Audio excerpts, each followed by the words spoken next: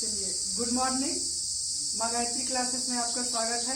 देखिए, मैं आज आपके लिए केमिस्ट्री का एक टॉपिक है उत्प्रेरण। ठीक, उसी में से मैंने आपके लिए आज एक नई टॉपिक माध्यमिक यौगिक सिद्धांत क्या होता है, माध्यमिक यौगिक सिद्धांत बनने का क्या होता है, ये हम आपको आज समझाने की कोशिश कर रहे हैं एग्जाम्पल के थ्रू।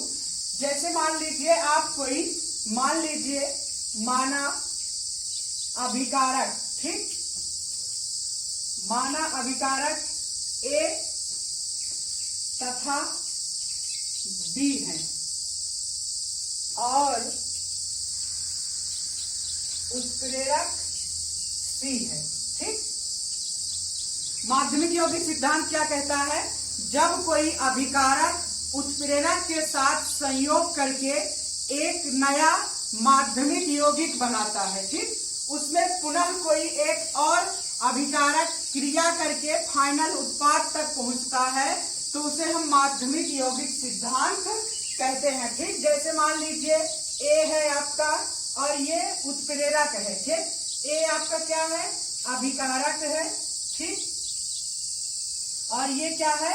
उत्प्रेरक है, उत्प्रेरक। ठीक, आपस में संयोग करके AC बन जाएगा। ये आपका क्या है? माध्यमिक यौगिक,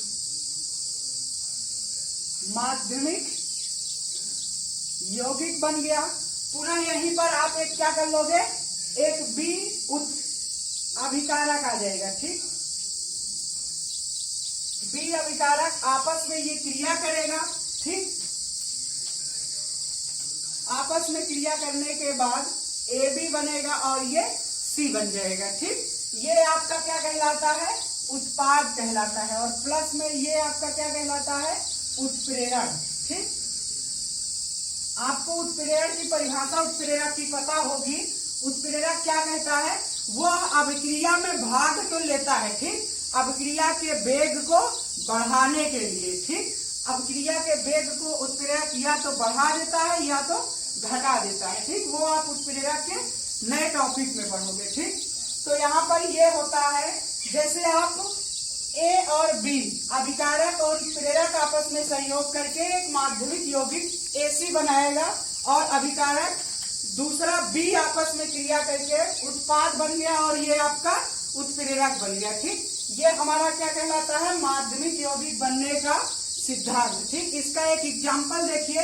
जैसे आपको पता है एथिल एल्कोहल, ठीक, एथिल एल्कोहल को H2SO4 के साथ क्रिया करा दीजिए। ठीक, आप लिख सकते हो HHSO4। इसको आप 90 से 110 सेल्सियस पर गर्म करोगे। ठीक, 110 सेल्सियस पर जब आप इसको गर्म करते हो, ये आपका क्या कहलाएगा? अभिकारक कहलाएगा। ठीक, अभिकारक, और ये आपका उत्प्रेरक है। ठीक, उत्प्रेरक है, आपस में क्रिया करेगा। ये यहाँ से H2O निकल जाएगा और ये इतना आपका जाकर के यहाँ पर जुड़ जाएगा, बनाएगा C2H5 HSO4, जिसे हम क्या बोलते हैं? एथिल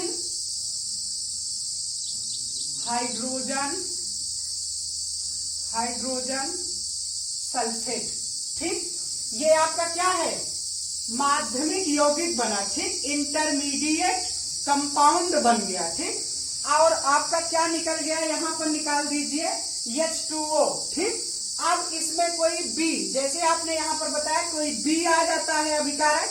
यहाँ पर मान लीजिए एल्कोहल आ गया, एथिल एल्कोहल फिर से आ गया, और इसको अब आप 140 सेल्सियस पर गर्म कर दीजिए। ठीक, 140 सेल्सियस पर जब आप इसको गर्म करोगे तो क्या होगा? ये आपका उत्पाद फाइनल प्रोडक्ट बनेगा और उत्प्रेरक आपका बाहर निकल जाएगा। ठीक, तो फाइनल प्रोडक्ट कैसे बनेगा? यहाँ से देखिए HHSO4, यहाँ से ये, ठीक, और ये इतना इसमें जाकर के जुड़ जाएगा और फाइनली आपका बनेगा C2H5O, C2H5 प्लस में H2SO4। ये आपका उत्प्रेरक बना। ठीक, और ये आपका डाई एथिल ईथर। ठीक, डाई एथिल ईथर बन गया। ठीक, सर आपको माध्यमिक यौगिक बनने का सिद्धांत समझ में आया होगा। ठीक, माध्यमिक यौगिक सिद्धांत क्या होता है एक बार फिर से हम आपको बताने की कोशिश कर रहे हैं। कोई एक अभिकारक हो, जैसे आपने एथिल एल्कोहल लिया, इसी में H2SO4 मिलाया। ठीक, एथिल एल्कोहल आपका अभिकारक है जिसे इंग्लिश में रिएजेंट बोलते हैं। रिएजेंट में उत्प्रेरक कैटालिसिस मिक्स हुआ तो आप इसको कितने सेल्सियस पर 90 से 100-110 सेल्सियस तक गर्म करोगे तो आपका एक माध्यमिक यौगिक बनेगा जिसे आप एथिल हाइड्रोजन सल्फेट बोलते हो। एथिल हाइड्रोजन सल्फेट में एक नया अभिकारक, जैसे आपने अभिक्रिया में बताया कि कोई भी अभिकारक आ जाता है माध्यमिक यौगिक में और फाइनल में उसको उत्प्रेरक को बाहर निकाल देता है। यहाँ एक माध्यमिक यौगिक उसी तरह एक अभिकारक नया आया ethyl alcohol, ethyl hydrogen sulphate में क्रिया किया और यहाँ से देखिए इतना HSO4 और यहाँ से एक H लेकर के वो अपना उत्प्रेरक H2SO4 बना लिया और C2H5O C2H5 बन गया। ठीक, ये आपका कहलाता है माध्यमिक यौगिक बनने का सिद्धांत। आशा करते हैं आपको ये वीडियो समझ में आया होगा। अगर अच्छा लगा हो प्लीज लाइक शेयर सब्सक्राइब कीजिएगा। Thanks for watching.